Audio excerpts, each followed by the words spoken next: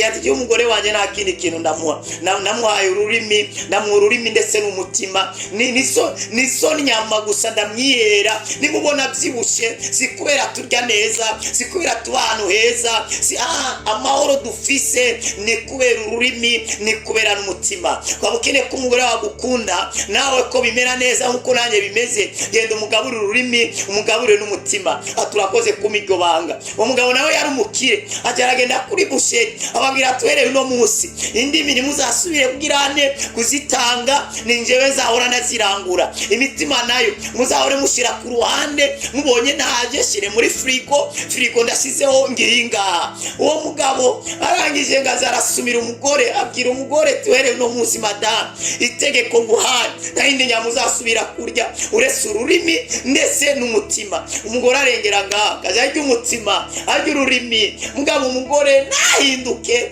bikumari kwa kundi nyene asubira yo timutama. Ngewe amabusheri yose narayugaye, imitima nta bantu bakiyirya. Iyo babaze imitima iziwanje, iyo babaze indimi ziziwanje. None ku mugore wanje atankunda bitaramera nkuko kwiwawe, namugira ngo wanyumvise nabi. Ururimi nakubwiraga genda umuganirize, genda umuhikiyago. Umutima nakubwiraga mushire ku mutima, kuri umutima wawe mu kazi, muri business.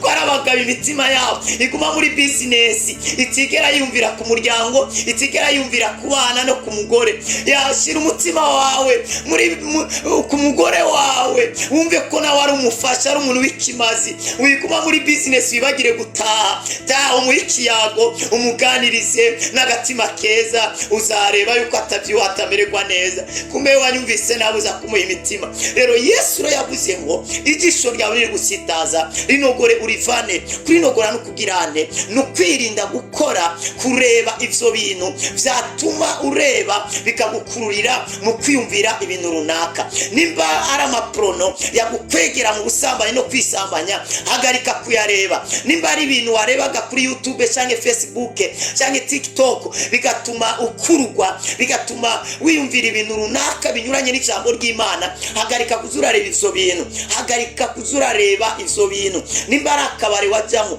nimba ari umuntu waza kureba akagukurira mu busambanyi, reka kujya kureba uwo muntu, hagarika iyo nzira. Niko guca kwa kuguru. Yesu yavuze ngo ni mu kuguru kwawe kugutsitaza yace ayo maguru, byo kubera byiza kujya mu ijuru cisa amaguru kujya mu muriro kwija amaguru, kandi kubera kutumvira kubera ikintu kimwe gusa. Nimugiye kuraba umuntu runaka agukurira mu ngeso runaka inyuranye n'ijambo ry'Imana, uwo muntu hagarika kujya kumureba. Nimba ari umuntu muganira ugatuma wiyumva ukuntu runaka, agatuma wiyumva wokora ibintu runaka, hagarika izo kiganiro uganira n'uwo muntu. Nimba ari ahantu ujya bikarangira utakaje agakiza, bikarangira utakaje direction y'Imana, hagarika kujya aho hantu. Niko guca amaguru. Tandukana n'uwo muntu agukwegera muri izo ngeso. Nimba ari akabari gatuma inzoga udaheba, hagarika iyo nzoga, uhagarike kujya mu kabari, uhagarike no kugendana nawe y'abacuti. Uzi ko umuntu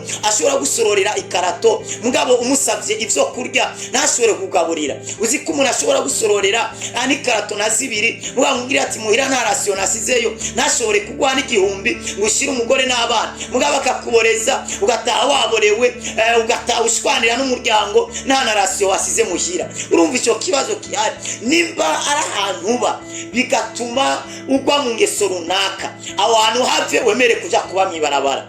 Nakunze umusore Raba, yabaga ahantu bamuhaye indaro. Sasa uwo muntu yaramuhaye indaro, nawe yamubwiye ngo nimba ngo indaro ndakeneye kuza turaryamana. Noneho babikora kabiri gatatu, none akajya guma yatura, none haza kungwaho nanjye aranyaturira. Ndamubwira toya ikintu kwiriye gukora sikimwe, guma watura naho bizakugeza. Kuba warafashe ingingo ukasanga wasubiriye naho bizakugeza. Emeruje kuba mwibarabara ajyana have. None haranyumvira arahava. Amaze kuhava iyo ngeso yahise igirane, yahise potera ku buzima bwiwe. Yarazingagiye kuba mwibarabara, yaciye ajya mwishengero, yemera kuza kuba mwishengero.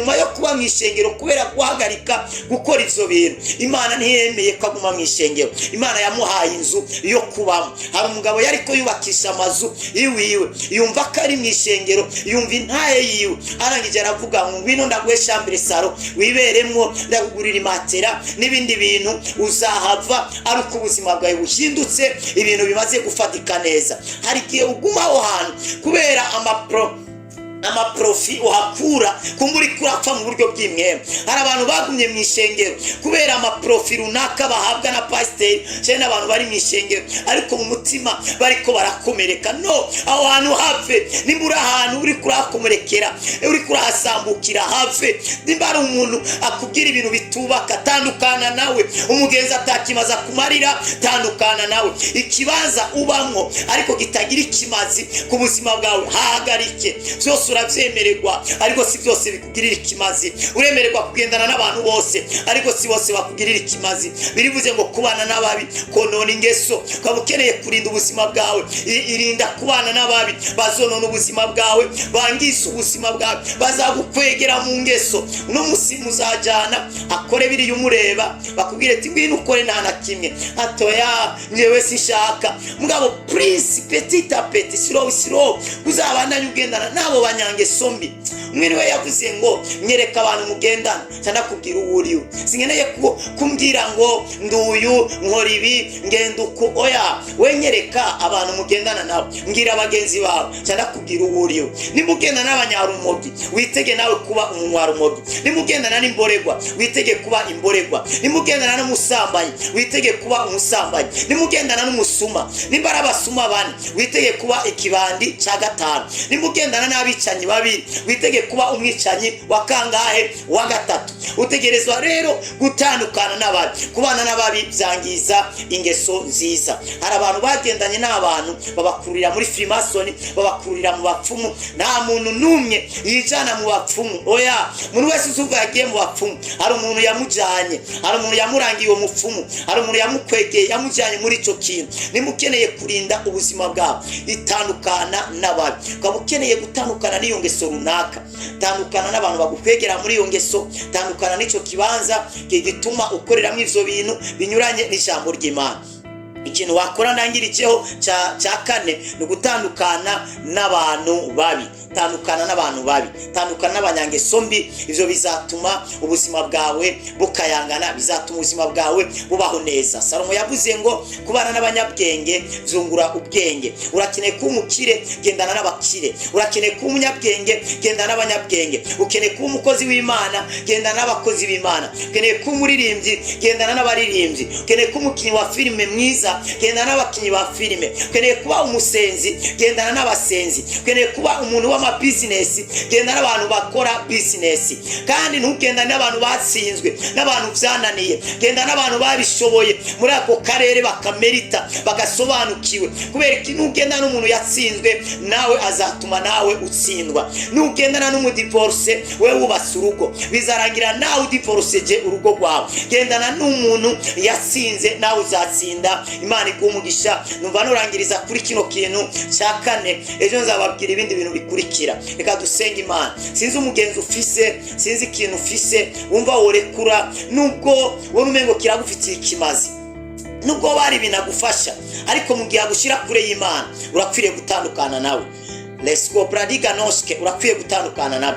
Nubwo yo bafise ibindi binagufasha, nubwo yo bakwishurira inzu, akugaburira girana, kuba gushira kure y'Imana urakwiye gutandukana nawe. Imana niyo ituma umuntu abaho, ntabwo ari abantu babeshijeho abandi. N'Imana ituma umuntu abaho. Nutandukana n'iyo ngeso, nutandukana n'uwo muntu, ntuzapfa, uzabaho. Imana izakurungikira abandi. Araho usanga yakuzibiriye umugisha, yazibiye inzira zikuzana ko abantu bikimazi. Warahizagiwe cyane. Data, mu izina rya Yesu ndasengeye umwene data, hari ingeso runaka yamunariye guheba, yamubase, ariko rero ino sana musengeye iyi ngeso itandukane nawe, yakire impinduka, yakire ukubohoka, yakire imbaraga, yakire amavuta. Ivyamunaniye guheba aratandukana navyo mu izina rya Yesu. Ino ngeso nayisengeye ngimurekure mu izina ry'Umwami Yesu, amen. Mwarahizagiwe cyane, muri umugisha w'amahanga menshi.